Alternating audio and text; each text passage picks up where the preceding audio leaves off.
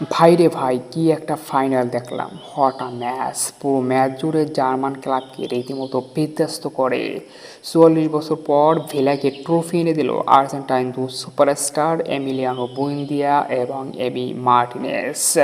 তো ম্যাচের মূল সামারিতে যাওয়ার আগে একটু ফ্ল্যাশব্যাকে ঘুরে আসি, যেখানে ম্যাচের ওয়ার্ম আপ শুরুর সময় মাঠে নামেন এমি মার্টিনেস। তখনই তিনি এতটাই কনফিডেন্স ছিলেন, মাঠে নেমেই ভক্তদেরকে হাত নাড়িয়ে বলছেন যে আমার উপর ভরসা রেখো, আজ আমরাই চ্যাম্পিয়ন হব।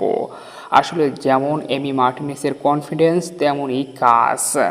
ভক্তদেরকে যেমন আশ্বাস দিয়েছিলেন ঠিক মাঠে সেটাই প্রমাণ রাখলেন।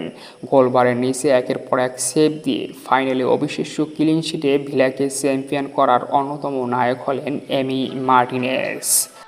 ম্যাচের শুরু থেকেই জার্মান ক্লাব ফ্রাইবুর্গকে একের পর এক আক্রমণে ব্যস্ত রাখে ভেলা। গোল পেতে ভেলার খানিকটা সময় লেগে যায়, একের পর এক আক্রমণগুলো মিস করতে থাকে ভেলা।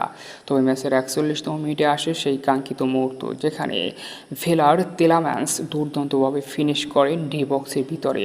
অসাধারণ একটি গোল করেন, যেটা চোখে লাগার মতো গোলটি ছিল। প্রতিপক্ষর ডিফেন্ডারের জটলার মধ্য থেকে কি দুর্দান্ত ফিনিশে ভিলাকে লিড এনে দেন।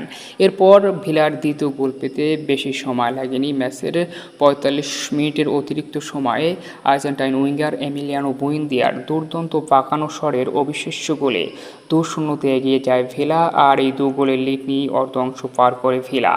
দ্বিতীয় অর্ধে প্রতিপক্ষ ম্যাচে ফেরার তো দূরের কথা, ভিলা আরও এক অসাধারণ গোল দিয়ে প্রতিপক্ষকে একেবারে ম্যাচ থেকে ছিটকিয়ে দেন, যেখানে ম্যাচের ৫৮তম মিনিটে রজাস দারুণ এক গোল করে ভিলাকে ৩-০ গোলের ব্যবধানে এগিয়ে নিয়ে যান।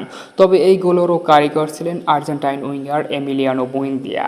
রাইট সাইড থেকে দুর্দান্ত এক ক্রস করেন এবং মর্গান রজাস অসাধারণ ফিনিশে ভিলাকে ৩-০ গোলের ব্যবধানে এগিয়ে নিয়ে যান।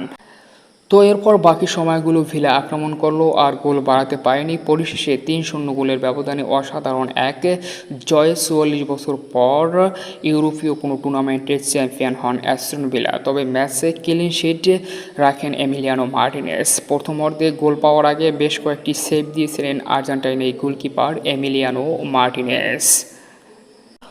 তো পরিশেষে এটাই বলা যায়, অ্যাস্টন ভিলা এই জয় দিয়ে প্রমাণ করলেন সঠিক ট্যাকটিক্স আর দৃঢ় বল থাকলে যে কোনো উপায়েই শিরোপা জয় করা সম্ভব। উনাই এমেরি কেন ইউরোপের রাজা সেটা যেন আবারও প্রমাণ করলেন অ্যাস্টন ভিলাকে এই স্বপ্নের ট্রফি এনে দিয়ে। তো বন্ধুরা, অ্যাস্টন ভিলার এই ফাইনালের পারফরমেন্স আপনার কাছে কেমন লাগলো? অবশ্যই কমেন্টসে আপনার মূল্যবান মতামত জানাবেন।